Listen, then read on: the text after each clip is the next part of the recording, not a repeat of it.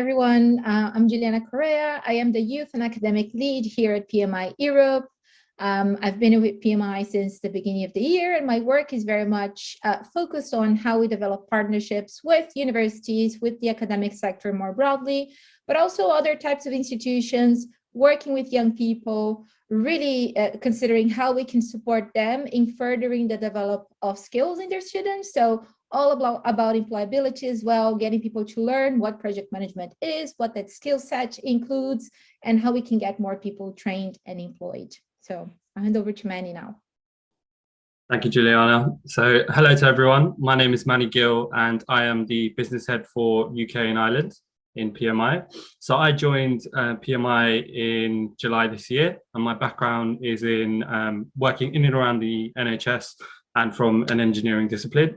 So within my role in PMI, my role is more to engage with organizations. We have, which we'll talk to you about later on today, we have a great network of volunteers in the UK, which we call the UK chapter. So part of my role is to work alongside the chapter, organizations, and working very closely with Juliana and what she does with youth and academics to kind of further the idea of project management in the UK and to position PMI as the global leader. So I'll hand back over to Juliana. Great, thanks, Manny. And I think with that, we can probably start the presentation. So today we're looking to speak to you about future skills for the workforce. If you go to the agenda, basically what we'll cover today is the session is divided into these areas. So we're looking to speak to you about what project management actually is and who are we, so who is PMI. Talk a little bit more about our credentials, so you know our kind of presence, where we are at, how we operate. Then I'll hand over to Manny to talk a bit more about some global economic trends that we're seeing and kind of feedback from the market. And then we'll dive into 10 top skills that we would recommend for professionals. So looking at how you can kind of future-proof your career for the next few years. And finally, a call to action. So what can you do today to actually develop some of these skills? Finally, we'll wrap up with some time for Q&A. So we're really looking to hear from you, answer any questions you may have, create a bit of a dialogue. Great. So if we go to the first bit, what exactly is project management? So if we look around, we'll see that projects are really all around us, right? So the definition of a project officially is a temporary effort to create value through unique services, processes, and products. So a project will have a beginning and an end, and they will be organized around teams. They'll usually include things like budgets, schedules, and they have a set of expectations that need to be met. So that's the official definition here. Project management is then a skill set to help drive that effort, and it includes the use of knowledge, skills, tools, and techniques to create and deliver value. So if we look at a few examples of what projects are, we can see that project managers actually work across a number of different industries and deliver different types of services, processes, and products. Some of these include the British Academic Film and Television Awards, so the BAFTA, or the Brit, the Music Awards, the UEFA Football Championship, or the Wimbledon Tennis Championship. The Elizabeth Line is also a massive project that we saw concluded recently with the launch here in London, and obviously the NHS vaccination campaign and all around that. So you can really see that projects can be a different type, many different types of efforts in many different industries. So we obviously believe this is a very valuable skill set, and it can really help drive the career of many of you forward, because regardless of where you go to, chances are very high that you will either be participating or leading a project. Great. Now looking at who we are. So PMI is the world's leading association of project managers and change makers. As the leading authority in this area, our goal is to really help people make ideas a reality. So that's what we really like to do, and that's how we communicate what we do. We do that through advocacy, networking, collaboration, research, thought leadership, and education. Great. So if we talk a bit about our presence, our global community of practitioners was what allows us to tap into skilling needs of the market and has enabled us to draw some insights to speak to you today. So what does that mean? If we look at some of our numbers, so our footprint basically is we have more than 650,000 members around the world, and that community continues to increase year on year. We have an online community of 3.5 million people. We operate across 8 regions and in more than 190 countries. And we have also partnered with really big global companies, as you can see here on the side. So the likes of Google, Amazon, AstraZeneca, and many, many more. Beyond that, we are also always looking to create a positive impact. So PMI is a for-purpose organization, and we're dedicated to promote this positive impact on society across a different number of initiatives. This is just to highlight a few of them. One of the ones that we're driving now is called Hours for Impact, and it's a campaign designed to support the achievement of the United Nations 17 Sustainable Development Goals. So in 2021, we pledged and we actually surpassed our goal of 100,000 hours of service to advance the SDGs. And this year, we are aiming even higher with 125,000 hours of a commitment. And we're doing really well in terms of driving that forward and kind of reaching our impact. So now to talk about some of those global trends, I will hand back to Manny. Thank you, Juliana. Right, so as Juliana's kind of explained to you guys, I think project management is one sort of field of work that is so applicable to almost every single industry, more I would say actually every industry in the world.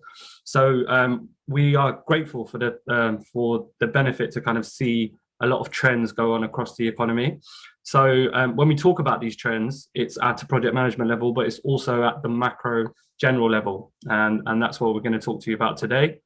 And obviously noticing that these things will continuously transform. So we'll go into how the world is evolving, right? So we've taken a look and we've noted down the top 5 economic trends that are happening across the world. The first one is digital disruption in the COVID era. Then we have the climate crisis, demographic and economic shifts, global labor shortage, and equality movements. So if we dive a bit deeper into each one of these trends now. So we'll start off with the climate crisis. So this is probably the most pressing one across the world. And I think we're seeing the effects now across the world, not just in small areas. So a lot of organizations now have been tasked with meeting ESG goals and working towards net zero. So this is at an organizational level, but there's now a movement for employees and team members to really translate those goals into their everyday practices.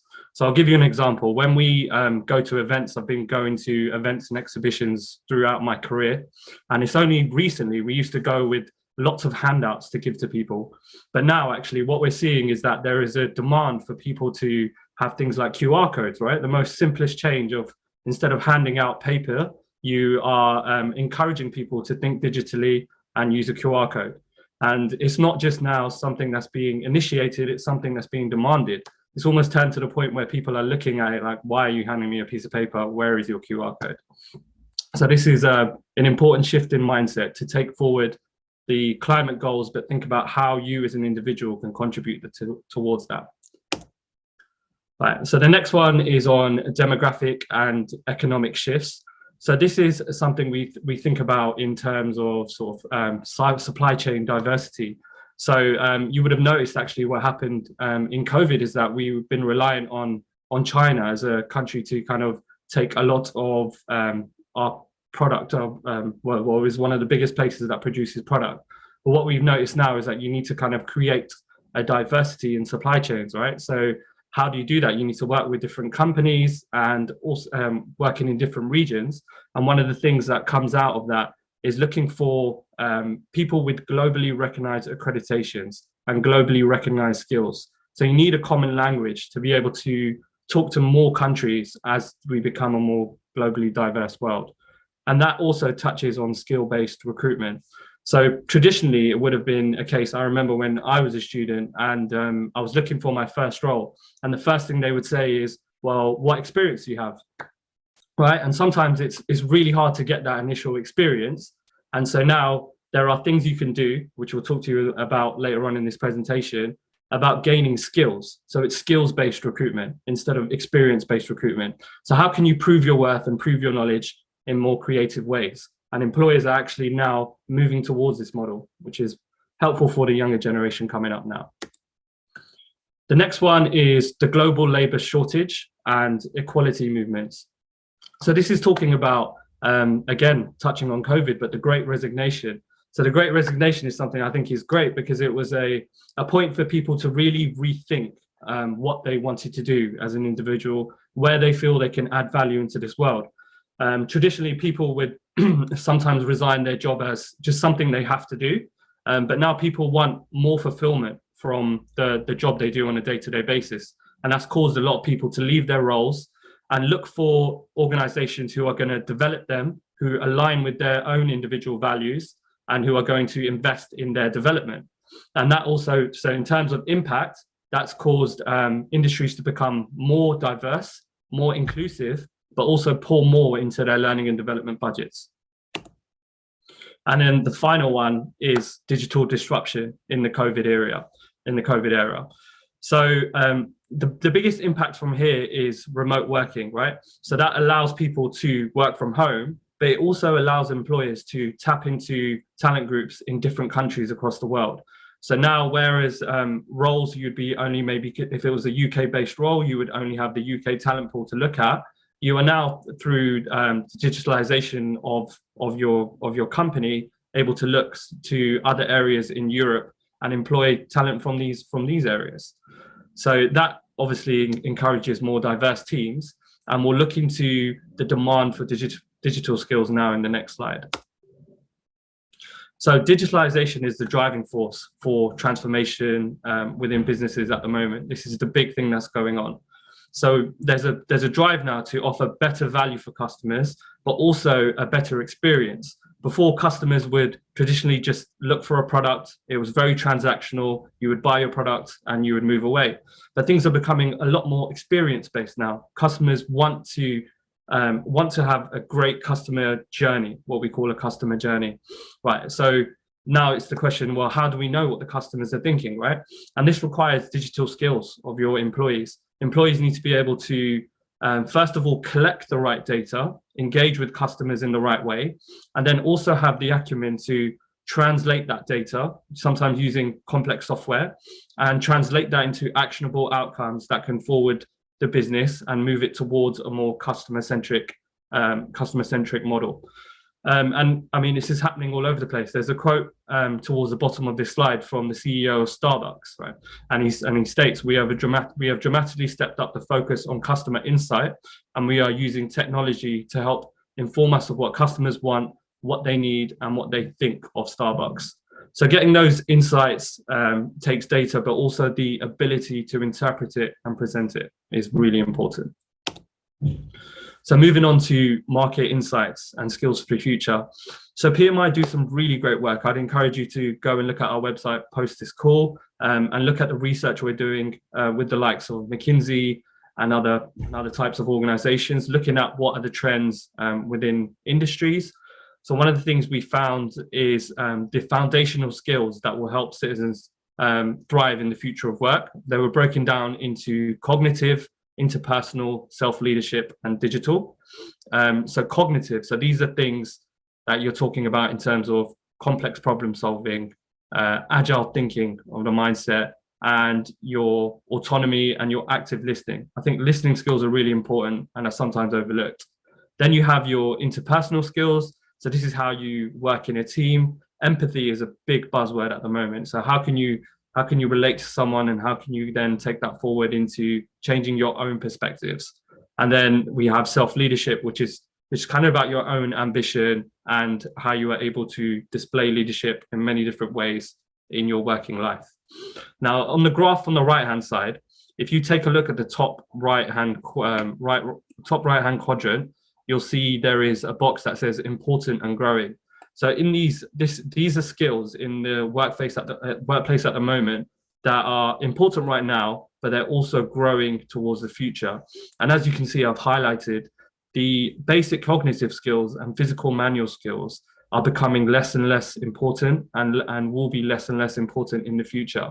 The skills that are going to propel your career forward in the future are your cognitive skills, your social and emotional skills. So how you work in a team, can you work in diverse teams? And it's also on your technological skills. So are you familiar with complex software, or at least can you pick it up intuitively? Moving on to my final slide before I hand over to Juliana again. We've taken a look at the demand for skills in the market based on talent shortage.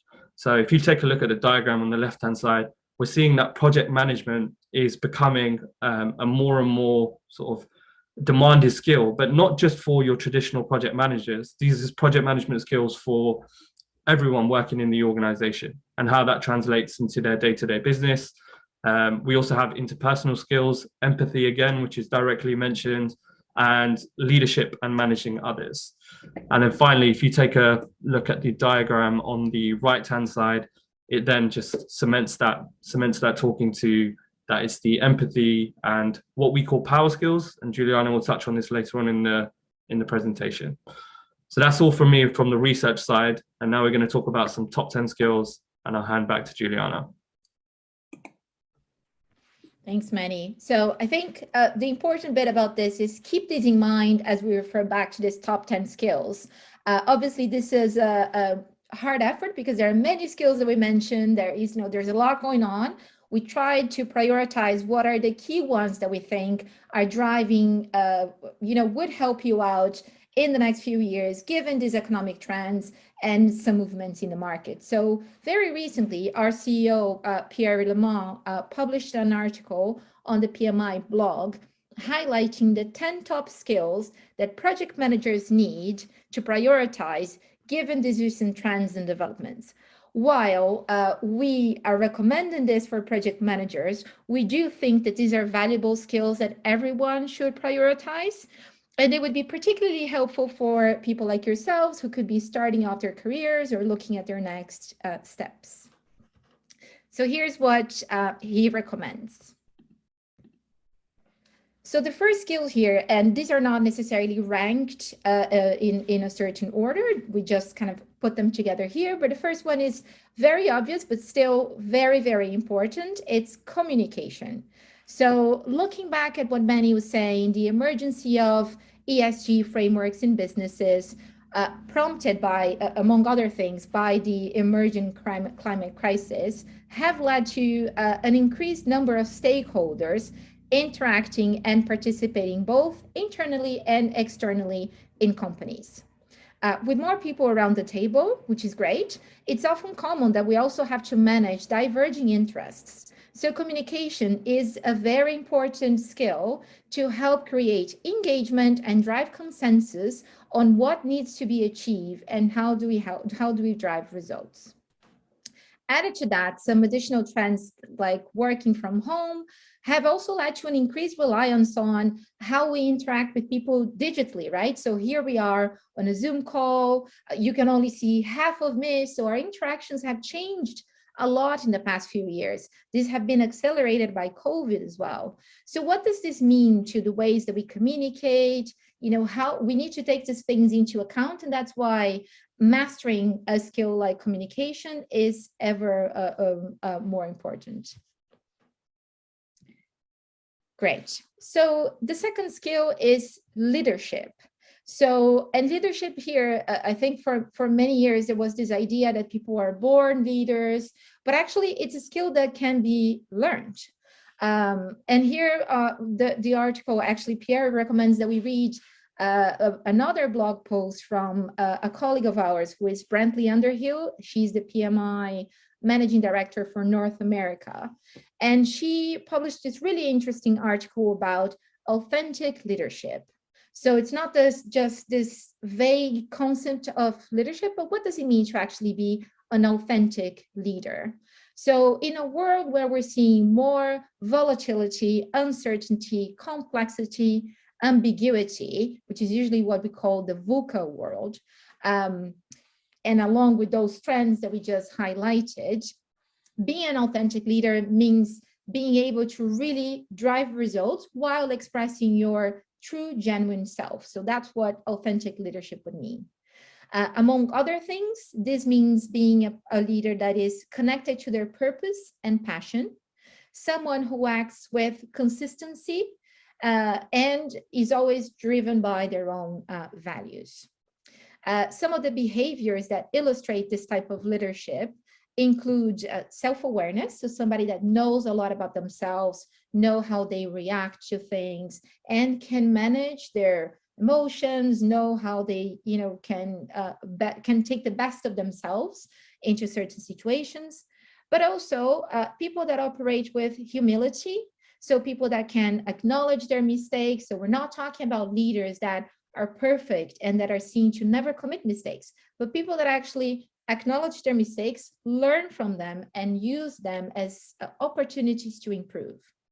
And also empathy, which Manny has mentioned. I think more and more we're seeing that in order to move forward and to drive positive results for everyone, we need to have empathy for others. We need to learn how we work together. We need to put ourselves in other people's places. This also means that an authentic leader that exemplifies these types of attitudes will be able to gather teams around a common vision and purpose, and that's why they can drive better results forward. So I thought this was a really interesting highlight here. Perfect. The next skill is a bit more technical, let's say, and it's visualization.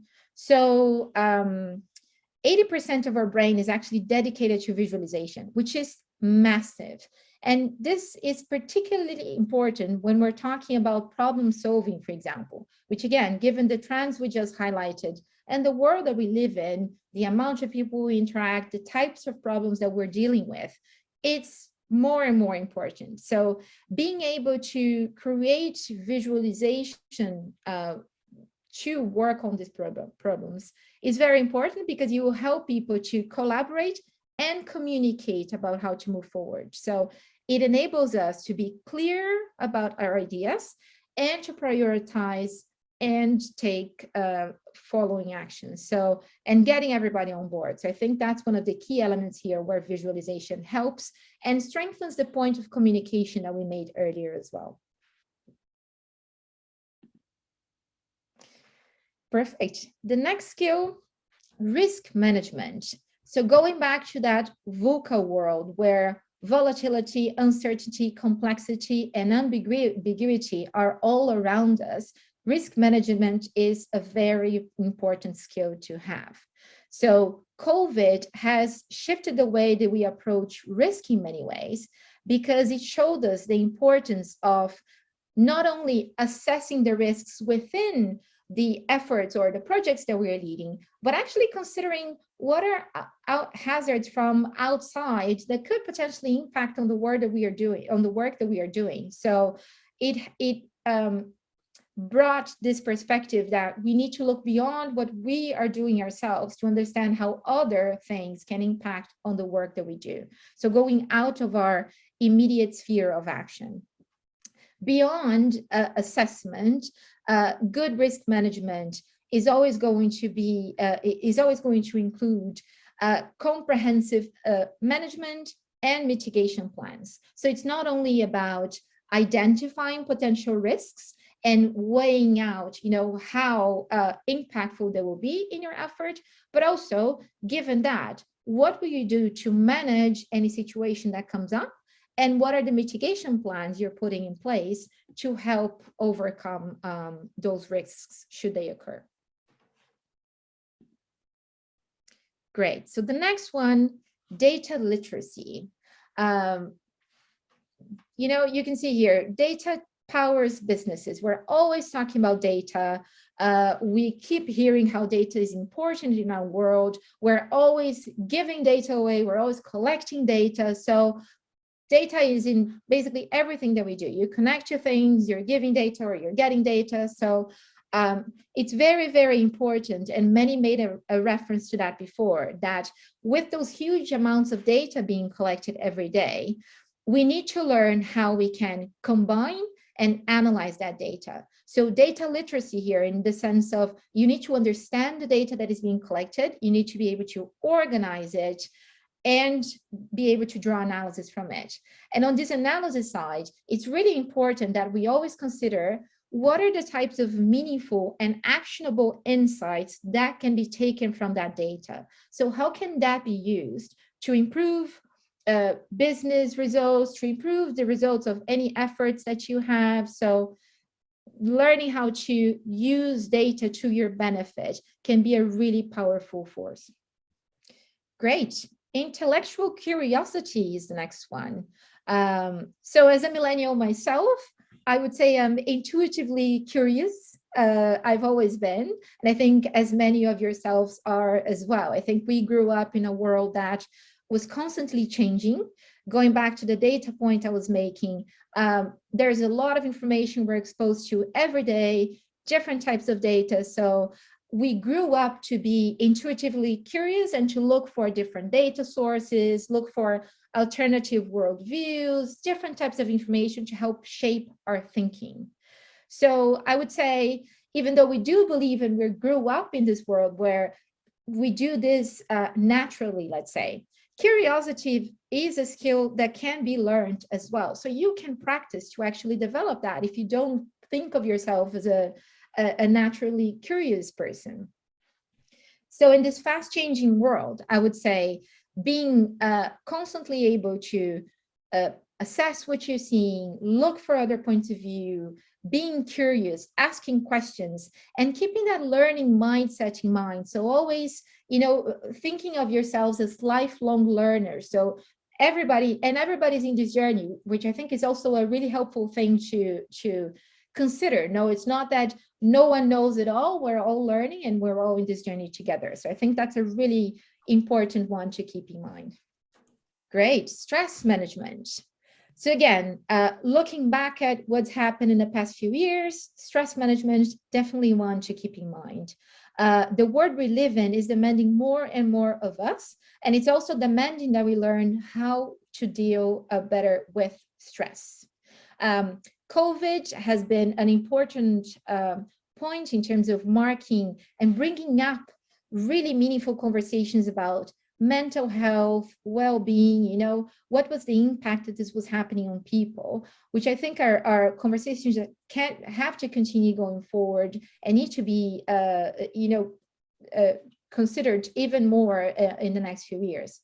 Alongside that, COVID had also demonstrated how important it is for us to learn how to decompress.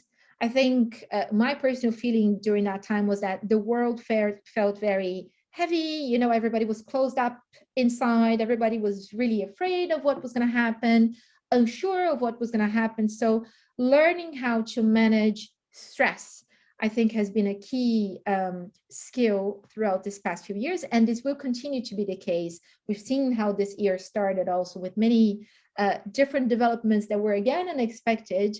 I think it's going to continue to be even more important.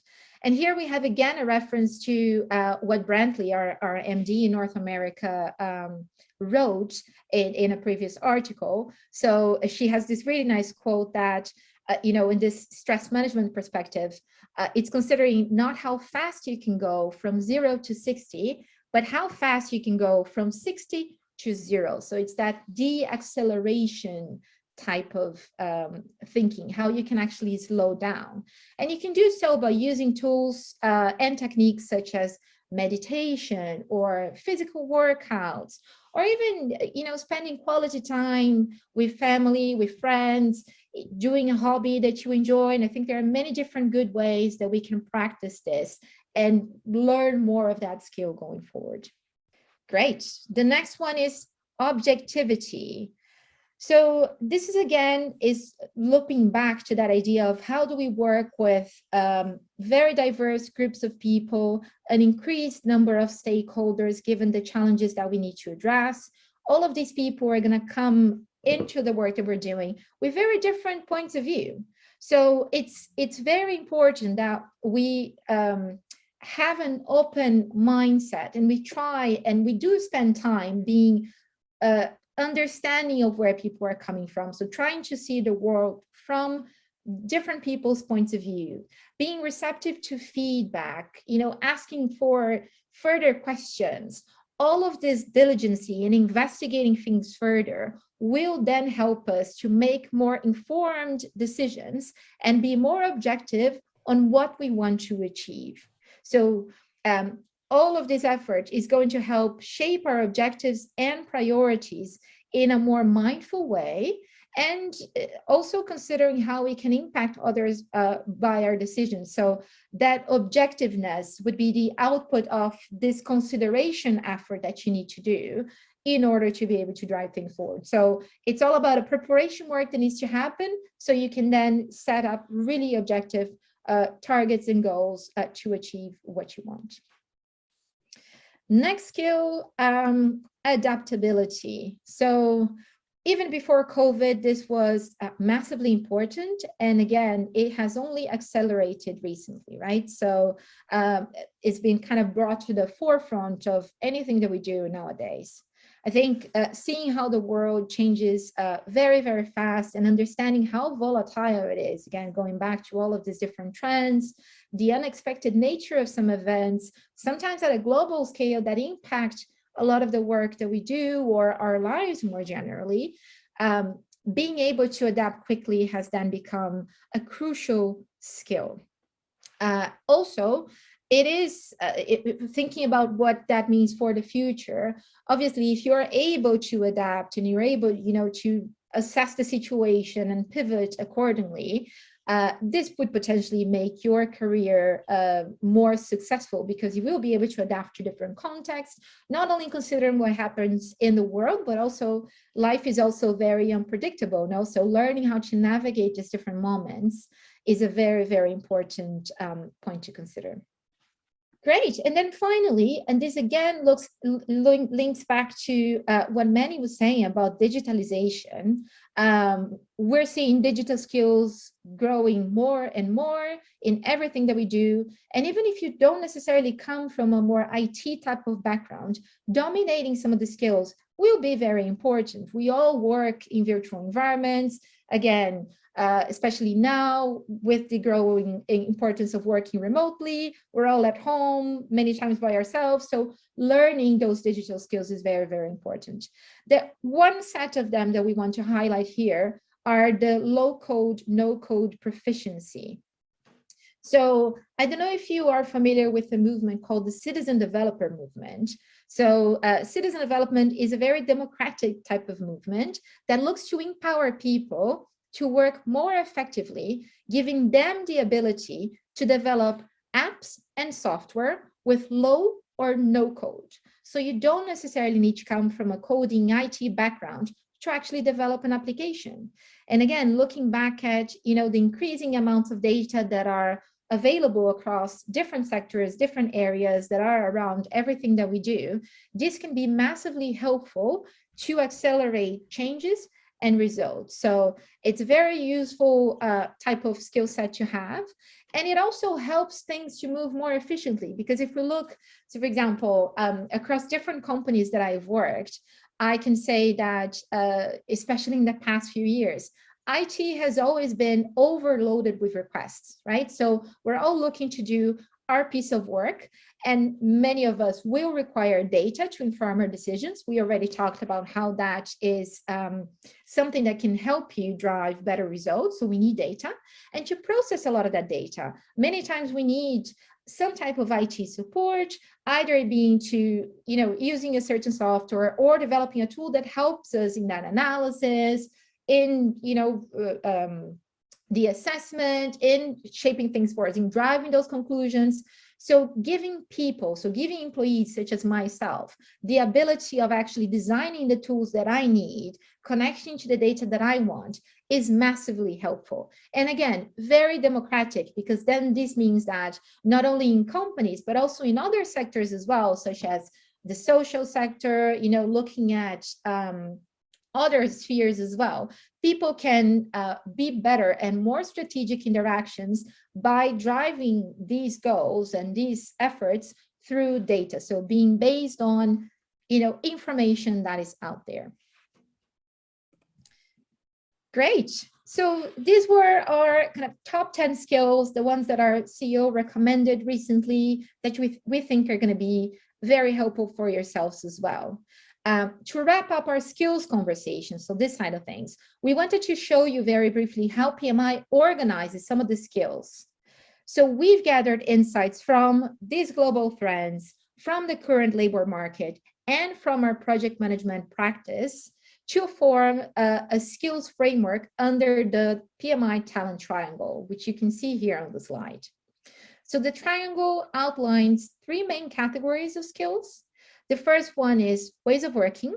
So this is very much at applying the right techniques at the right time. So it's looking at things like project management per se. It's looking at things as like agile, hyper agile. So, are we applying the right technique to work with the group of people that we have at the right time? So it's all about how we operate together. The second one is business acumen. So this is focusing on a more holistic understanding of both industries and businesses. So it will look at things like strategy, operations, so being really specific in that more technical type of knowledge that can help you drive things forward.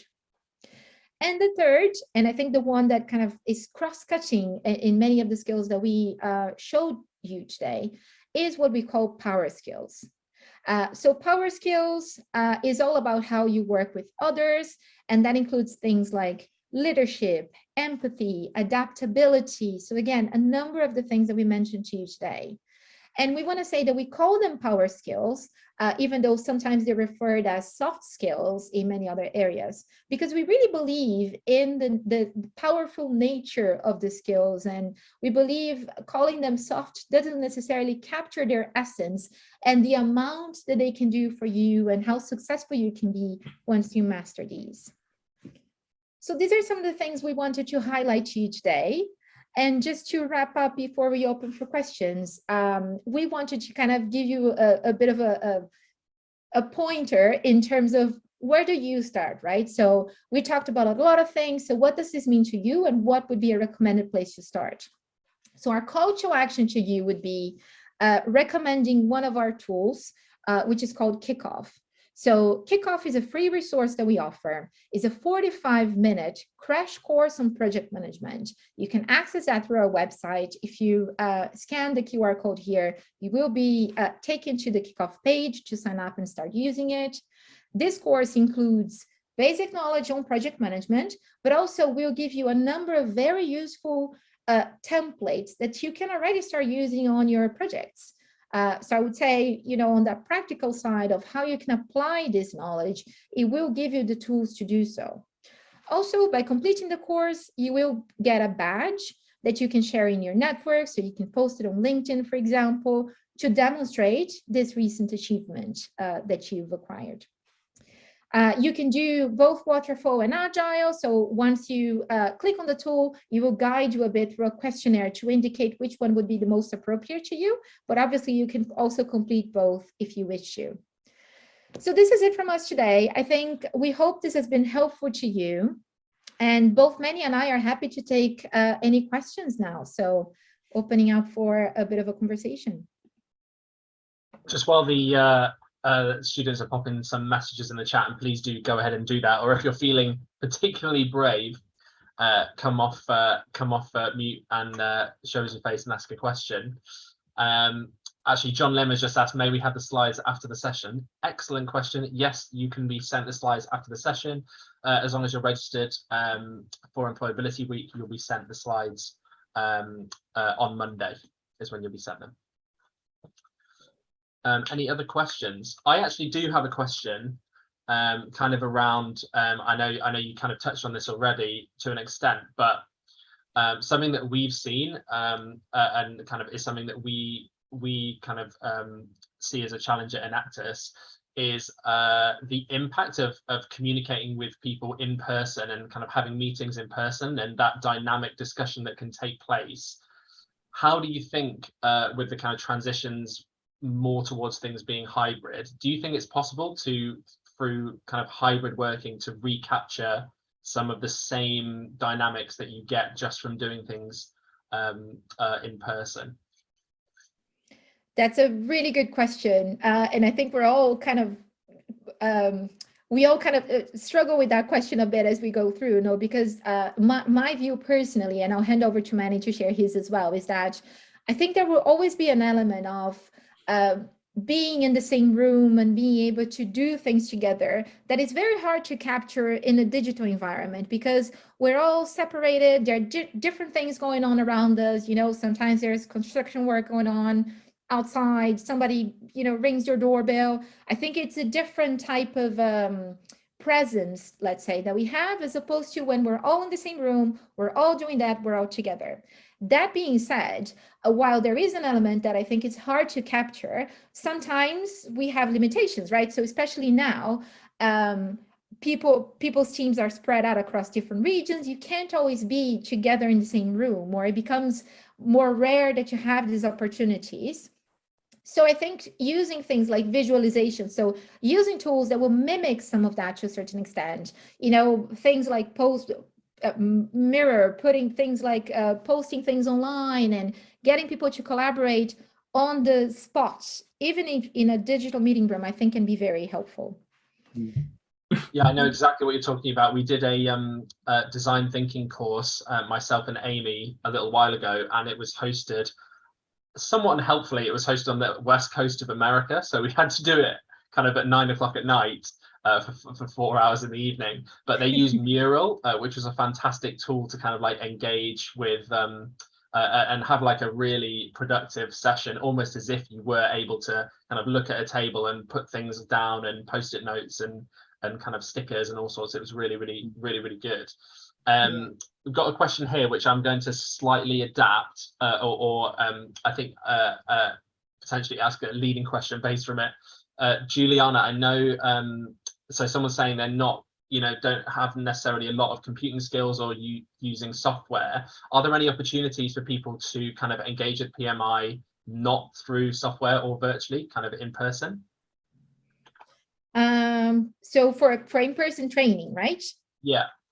Yes, so we offer obviously a lot of digital tools. You can see Kickoff is on our website, but for those that want more in-person type of training, we do work with a network of authorized training providers. So if people want to, for example, pursue a certification like the PMP, but they prefer to have in-person training as opposed to doing something online, they can contact one of our authorized training providers, and many of them are going to offer in-person training opportunities. So I would say we do both, I would say. I think people learn different ways, and sometimes we want to do one thing, sometimes we want to do another. So we're trying to kind of cater for those different experiences.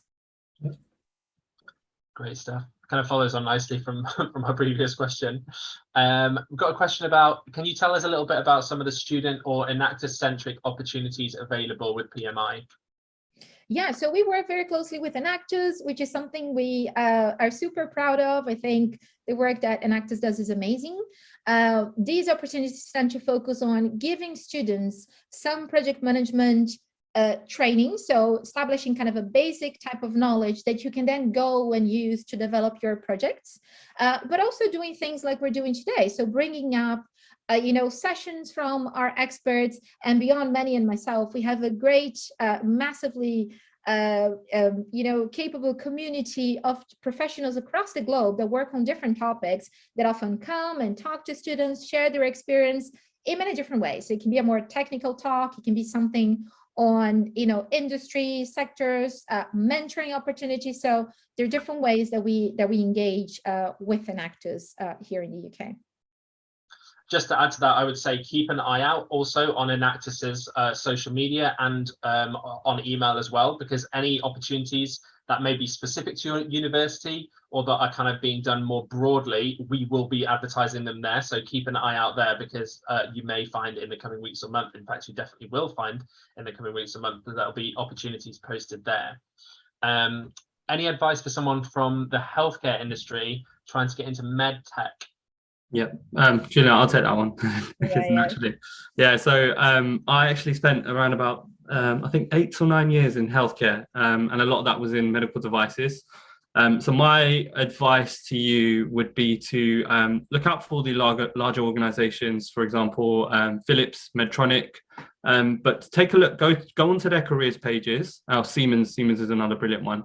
Go onto their career pages and look at the type of roles that they are offering, and then go into the skills description, right? And then look at how you can kind of work towards that. You might not be completely there, but take a genuine interest in the industry. A lot of us have social media now. If you have Twitter, for example, follow these pages, follow other similar communities. Do the same on LinkedIn. Take an interest on what is going on right now, what has been recently developed.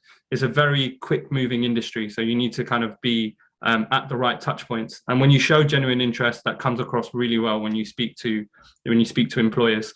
And obviously, I'm biased in saying it, but project management is a great way of getting into these industries, right? You're taking a transferable skill, and you're then able to go into it. And I've seen, actually, I think you've put clinical applications. Yeah, I've worked with a few people who have a similar background to yourself, and I think it's about taking what you've learned from the kind of clinical side of your role, and then marrying it to what you now want to go into the tech side. So you've got to look at it as on a sort of positive, negative side, and really leverage on your strengths. Got another question here. Can you give advice for graduates with less experience for achieving management roles, or I guess getting into management roles?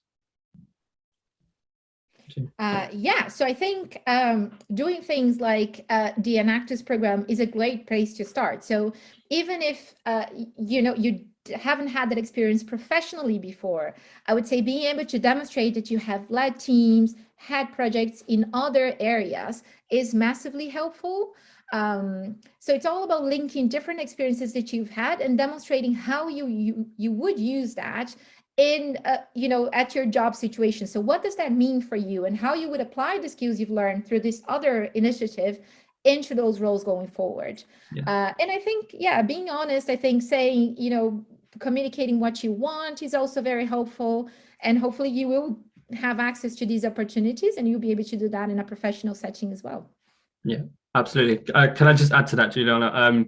I think I suffered from a similar sort of issue. I've been playing football for a local team since I was about 8 years old, and it wasn't until sort of midway through my 20s that I realised the skills that I learned from playing with this team. And you learn things like leadership. So if you are playing a team sport or even an individual sport, or you take part in a local community, these are things where I guarantee you, if you look into it, you will be displaying and learning these leadership skills along the way. So it's about kind of looking internally at what you've done and really sort of to zone in on the great skills that you've learned along the way. And then once you kind of understand that yourself, you'll be able to communicate that to someone else and get them to understand why it's such a benefit.